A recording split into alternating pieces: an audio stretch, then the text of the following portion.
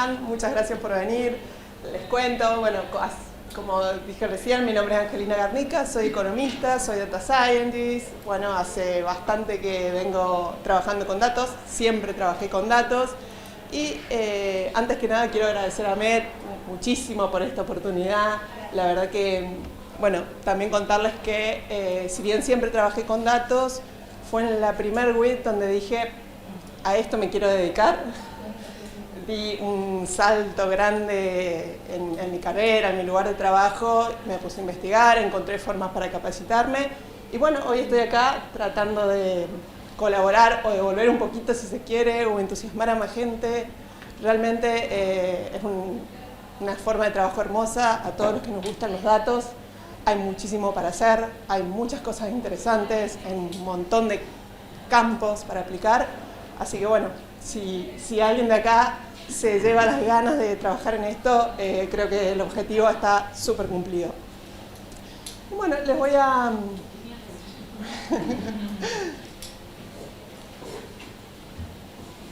contar un poquito sobre equilibrando el desequilibrio, estrategias para abordar el desbalanceo de clases en aprendizaje supervisado. Bueno, esto surge un poco, ¿no es cierto?, de decir, ahí me voy a animar con esto. Una más, otra más. Ahí está. El tema del desbalanceo. ¿Cómo surge esta necesidad? Bueno, en verdad surge porque el desbalanceo de clases está presente en un montón de ámbitos de la vida real. O sea, no pasa solamente en los casos típicos, como puede ser detección de fraudes, o detección de spam, o de enfermedades. Pasa en montones de lugares. Inclusive, por ejemplo, si queremos detectar productos defectuosos, si queremos detectar gente que deja de estar suscripto a algún servicio, ¿sí? Entonces, realmente es una situación que ocurre muchísimo en la realidad y la que tenemos que acostumbrarnos a trabajar.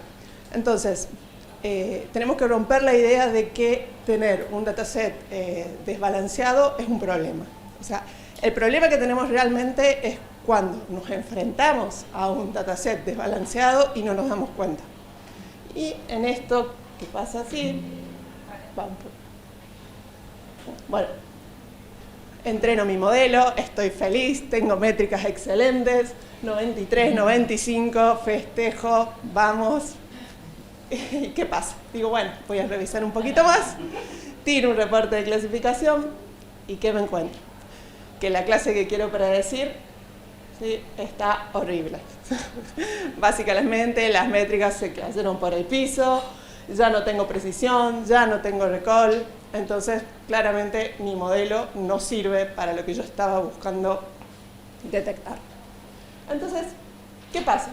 Vamos a la literatura y decimos, ¿cuándo tengo un desbalanceo? A ver, la mayoría de la bibliografía, de la literatura nos dice que cuando yo tengo una clase que tiene menos de un 10%, es un dataset desbalanceado. Pero bueno, hay veces que yo me encuentro y digo, ah, no, tengo un 15. Listo, no hago nada, vamos bien. Pero en realidad, cuando voy a tirar mis métricas, me pasa como el dibujito anterior. O sea, tengo la clase que estoy buscando, que realmente es la que quiero entender, no, las métricas son malas, ¿sí? Entonces ahí también tengo un desbalanceo, a pesar de que la clase minoritaria sea superior a ese 10%, que es 10, 15% que estamos acostumbrados a leer. Una vez que detecto esto, tengo que hacerme algunas preguntas. La primera pregunta es conocer mis datos, es decir, los datos con los que estoy trabajando, ¿están bien? ¿Tengo realmente suficientes datos? ¿No tengo ningún motivo para pensar que hay una clase que no la estoy muestrando o hay una clase que se me está escapando? Por otro lado, ¿están bien etiquetados? Los que yo digo que pertenecen a esa clase minoritaria que quiero estudiar, ¿realmente son minoritarios? En la otra clase, ¿no se me están quedando algunos de los que quiero estudiar y se me están quedando mal etiquetados? Por otro lado, cuando yo tenga mi modelo funcionando, los datos reales que voy a recibir para poder predecir, ¿se comportan de la misma manera? ¿Sí? O la muestra que yo tengo para entrenar está así desbalanceada y luego cuando mi modelo reciba datos se va a encontrar con una distribución distinta. Entonces, una vez que yo tengo todo este set de validaciones hechas y realmente verifico que sí, que tengo un desbalanceo, tengo dos grandes alternativas para abordar esto. Por un lado, me puedo ir por la función de costos, o sea, trabajar con la función de costos, la función de pérdida del algoritmo. Y por otro lado, puedo trabajar con los datos. Si yo voy por el lado de la función de costos, ahí es una técnica muy utilizada, está ganando un gran terreno, pero requiere que yo conozca muchísimo el dominio de los datos sobre los que estoy trabajando. Requiere que yo conozca con mucha precisión y con mucho detalle los costos de una mala clasificación. Es decir, si yo digo que es clase 1 y en verdad es clase 0, ¿qué realmente estoy perdiendo? O lo mismo si es al revés. Y ahí entendamos por costos que no estamos hablando de costos económicos netamente. Estamos hablando de penalidades, si se quiere, de una mala clasificación. Sin ir a un caso extremo, que es un ejemplo típico, digamos, de cuando yo digo que una persona está sana y está enferma, o cuando está enferma y en realidad está sana, ¿sí? Si yo tengo ese conocimiento del dominio y conozco tan bien el algoritmo que voy a aplicar, yo puedo intervenir sobre la función de costo. Esto en sí, esta técnica se llama, uno para atrás, bueno, se llama sensibilidad, Cost Sensitive Learning, requiere un capítulo aparte, digamos, es algo que tendríamos que evaluar, pero acá dejo dos links que están interesantes para el que quiera estudiar un poquito más. Y la otra parte es la posibilidad de accionar sobre los datos. Y estas son las técnicas más comunes, o las que más escuchamos siempre. Una es una técnica de undersampling y la otra de oversampling, ¿sí? Undersampling, ¿qué significa? Significa básicamente que yo voy a agarrar la clase mayoritaria y voy a extraer datos, voy a achicar esa clase de datos. Esto tiene una ventaja y también tiene un costo. De ahora en más, todo lo que vamos a ver tiene, por un lado, una ventaja y por otro lado, tiene un costo. El undersampling, como ventaja, tiene decir, bueno, a ver, yo no voy a distorsionar los datos, yo no voy a meter casos artificiales a mi modelo. Pero tiene una gran desventaja, que es que necesito un set de datos muy grandes. O sea, yo tengo que pensar que la clase mayoritaria la voy a dejar en igual tamaño que la clase minoritaria, y con esa cantidad de datos que me queden, el algoritmo tiene que ser capaz de predecir, ¿sí? Por otro lado, el oversampling, tenemos que funciona al revés. O sea, yo genero artificialmente datos de la clase minoritaria para igualar la clase mayoritaria. Y de esta manera mi algoritmo tiene la misma cantidad de los dos datos para poder aprender. ¿Pero qué pasa? Bueno, y acá lo que venimos de las ciencias más duras, si se quiere, o más técnicas, decir, uy, generar datos, qué miedo. O sea, qué miedo, porque realmente le voy a estar metiendo a mi algoritmo datos que no son reales, son datos que yo genero en base a alguna función, ¿no? Eso a muchos nos paraliza un montón. Entonces, bueno, ¿qué hacemos en esto? La mayoría de las veces los undersampling funcionan, pero nos quedan muy pocos datos. Entonces, el tema acá es encontrar una estrategia, es ver cómo podemos, con las técnicas que tenemos, con los datos que tenemos, encontrar la mejor forma para que el algoritmo aprenda de forma equilibrada de los dos grupos y nos dé buenos resultados. Entonces, como recomendaciones, como haberme tocado, digamos, trabajar muchas veces con set de datos desbalanceados, le puedo decir que lo principal, y como en casi todo, es empezar por las técnicas más sencillas. O sea, empezar por un undersampling. Ahí, dentro del undersampling, hay un montón de estrategias. Podemos ir por técnicas aleatorias que seleccionan datos. Podemos ir por otras técnicas donde los casos no se seleccionan de manera aleatoria, sino que son intencionalmente buscados. Podemos ir, si esto no funciona, si vemos que nos quedamos con pocos datos, podemos ir por una técnica de oversampling. Y acá, nuevamente, numerosas alternativas. Cada alternativa con sus ventajas y costos. Si tampoco de esta manera logramos los resultados esperados, podemos ir a combinaciones de las dos anteriores, ¿sí? Y por último tenemos otra técnica que es la generación de datos sintéticos. Ahora vamos a ver un poquito cuáles son las más comunes. Entonces, como decíamos, cuando empezamos tenemos que tener en cuenta 4 alertas, o 4 grandes alertas si se quiere. La principal es conocida como fuga de datos. ¿Y qué quiere decir esto? Esto quiere decir a dónde, en qué set de datos voy a aplicar mis técnicas de balanceo, ¿sí? Y esto es muy importante, porque algo que parece lógico, que decir, bueno, a ver, yo si voy a estar modificando mi set de entrenamiento, también tengo que pensar con qué voy a testear, ¿no? Y aquí es donde es clave pensar que todas las técnicas de balanceo tienen que ser aplicadas sobre el set de datos de train. O sea, el test queda fuera, el set de datos de test o de validación va a quedar afuera de todas las técnicas que pueda aplicar para balancear mi conjunto de datos. Un segundo punto que tengo que tener en cuenta, no solamente para esto, sino en general para todo, pero es fundamental para las técnicas de balanceo, es saber qué tipo de datos estoy modelando. Y acá, especial atención a si mi modelo tiene variables categóricas. Por otro lado, tengo que buscar no incrementar el ruido. En los casos donde yo estoy generando nuevos datos, tengo que tener cuidado de que esos datos que genero no sean datos ruidosos, que no sean outliers, por ejemplo. ¿Qué pasa si yo en mi modelo incremento la cantidad de outliers? Los resultados no van a ser los esperados tampoco. Y por último, tengo que controlar el sobreajuste o overfitting. Ya a medida que vamos avanzando, vamos a ir viendo en qué puntos yo tengo que tener en cuenta estas alertas.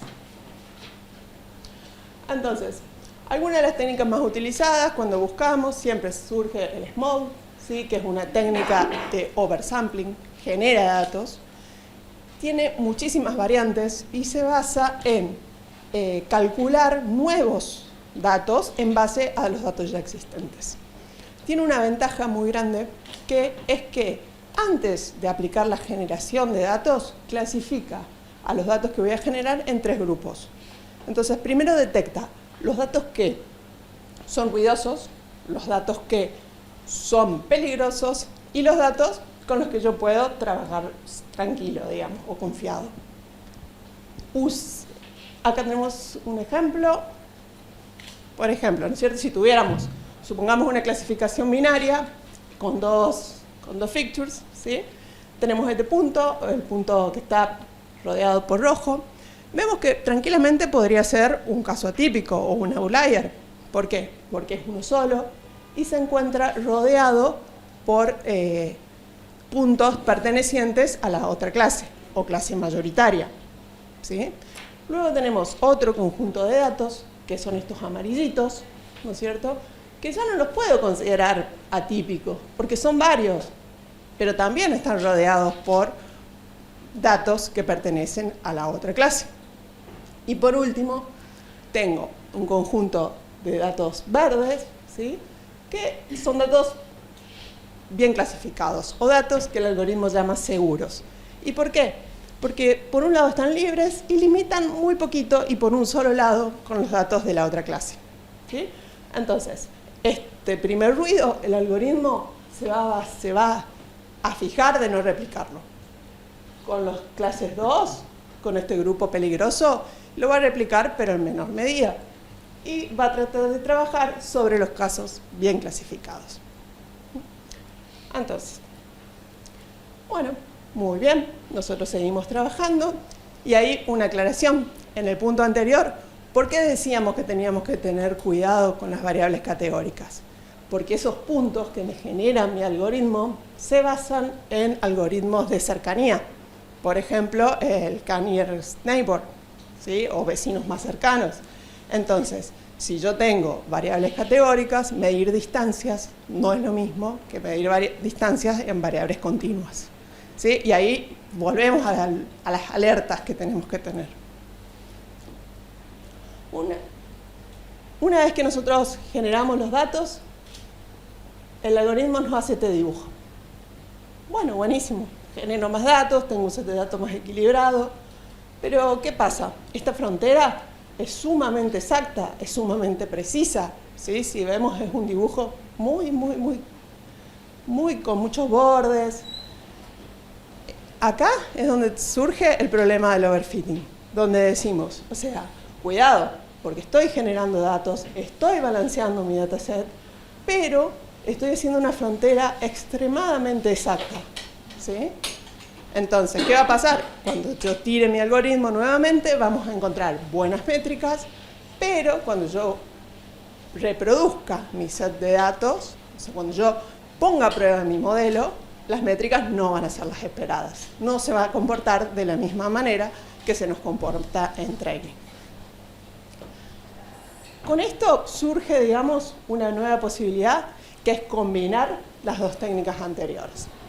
Entonces, algunas de las combinaciones más comunes son combinar técnicas de undersampling con técnicas de oversampling. En esa combinación, nuevamente, hay muchísimas alternativas. Las más comunes y las que ya están en librerías como Imbalance Learn son el Tomlinks y Editing Nearest Neighbor.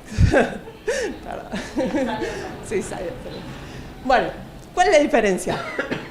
La primera, lo que nos hace es limpiar esa frontera de decisión para que cuando mi algoritmo genere nuevos datos, ¿sí?, esos datos sean lo más limpios o lo más puros posible. La segunda se basa en encontrar diferencias de clases. O sea, ya no busca tanto por cercanía, sino busca los puntos que están rodeados por dos datos o más de la otra clase. Entonces, la primera nos saca solamente casos de la clase mayoritaria. En cambio, la segunda puede ser que nos saque datos también de la clase minoritaria, ¿sí? Porque justamente busca los que en la frontera son distintos, ¿sí?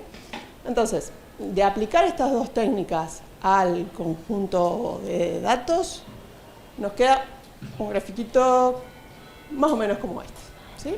De nuestro set de datos, de nuestra primera aproximación, donde teníamos una frontera súper cortada, súper precisa, llegamos a algo más puro, a algo más limpio.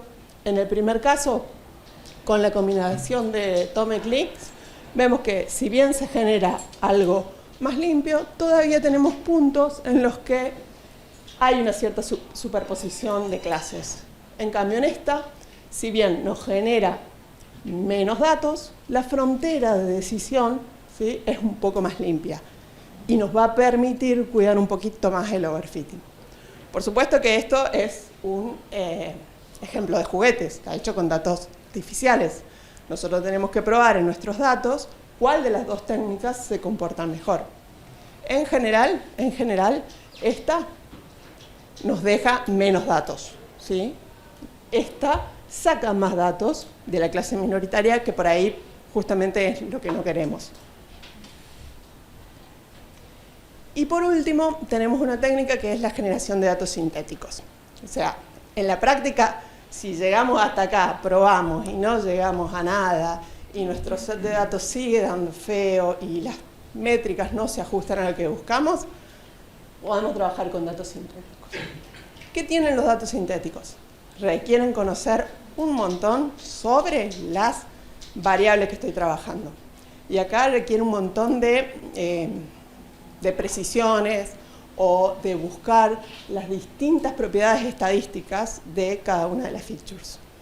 Por suerte, para nosotros hay una librería que está muy bien estructurada, que nos deja, digamos, nos divide la tarea en 4 pasos. La preparación de los datos que tenemos, el modelado, el muestreo y la evaluación. Esta librería, perdón, a mí me gusta mucho porque tiene reportes muy claros, muy gráficos y nos permite así de un pantallazo muy rápido encontrar si se está ajustando bien. Entonces, por ejemplo, lo primero que nos muestra es un reporte de clasificación donde nos dice cómo se ajustan los datos a los datos nuevos, digamos, que también se ajustan con los que estamos generando. Después también nos muestra gráficos, nos muestra, por ejemplo, en qué variables el algoritmo funciona mejor y en cuáles no, ¿sí? Por ejemplo, este es un ejemplo también, ¿no es cierto? Pero vemos que en estas dos la calidad de los datos generados no es tan buena como en las otras 4, ¿sí? También podemos ver la distribución y sobre esto trabajar, ¿sí? Acá vemos cómo se distribuyen nuestros datos minoritarios reales y cómo se distribuyen los datos que hemos creado, ¿sí? Esto nos da la pauta de decir, bueno, tengo que seguir trabajando, ya la distribución se comporta más o menos como mis casos reales, ¿puedo seguir o tengo que seguir trabajando sobre las variables? También nos permite ver una distribución de variables de diferentes tipos, por ejemplo, también en gráficos de boxplot, ¿sí? Que también son útiles como para entender un poquito la distribución.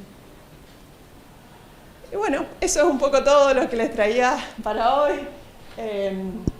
Si hay alguna pregunta. ¿La librería? Sí. Synthetic Data Valued Project. Funciona muy bien, sobre todo para variables continuas. Un aplauso con este.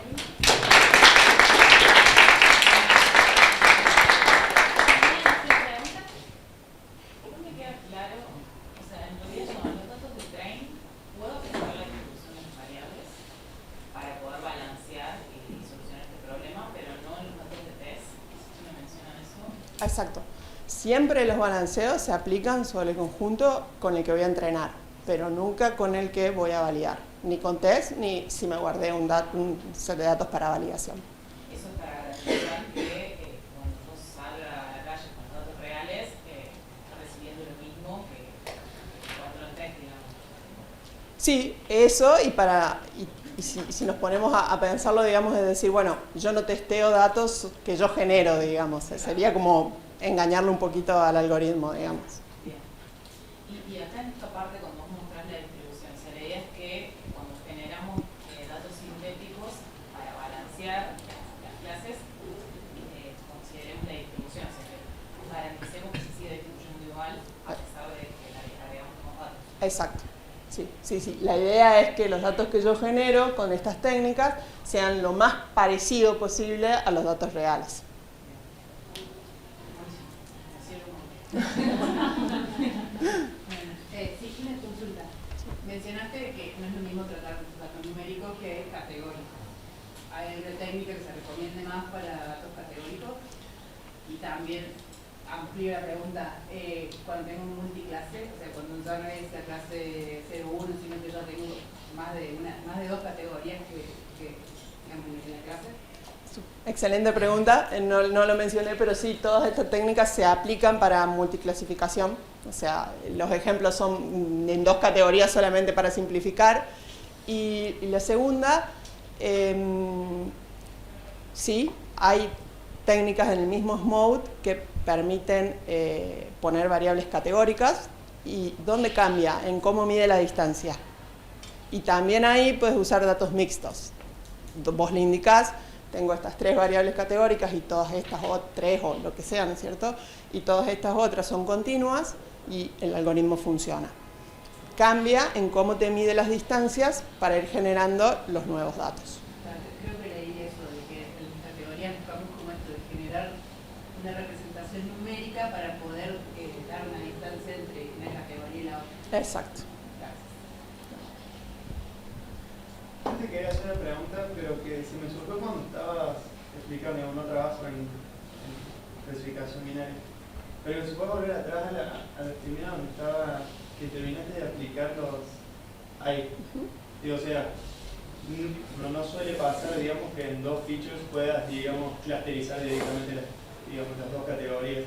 Como pasa ahí que vos ahí podés establecer, digamos, la calidad y la creación de los nuevos datos, porque se lo veo, se me quedo tranquilo y digo, bueno, lo que creé representa lo mismo que tengo. ¿Cómo haces para evaluar vos esa calidad, digamos, de que lo que hiciste está bien si tenés muchas más variables y no podés llegar a lograr esa representación gráfica, por así decirlo? Bien, muy buena pregunta. La representación gráfica es solamente visual, pero el mismo modelo, digamos, nos va brindando posibilidad de irlos testeando. O sea, ir viendo qué tan parecidos son esos datos que generamos con los que ya teníamos y las métricas finales las vamos a poder ver al aplicar el algoritmo. O sea, cuando lleguemos a nuestra matriz, digamos, de confusión, ahí nos vamos a dar cuenta si los datos que generamos fueron buenos o no tan buenos. Es algo más interactivo lo que proponen, digamos, ajustar, balancear los datos, ves el modelo cómo rinde en test, o sea, el desempeño en test, y con eso vos te quedas tranquilo. Si se desempeñó bien, decís, bueno, el balanceo estuvo bueno, y si no, decís como puede haber introducido algo sesgo. Exacto. Generalmente cuando introducís sesgo, lo que pasa es que las métricas en train te dan bien y en test te dan muy mal. Siempre lo que solemos recomendar es guardar otro dataset, o sea, un test y un grupo de validación.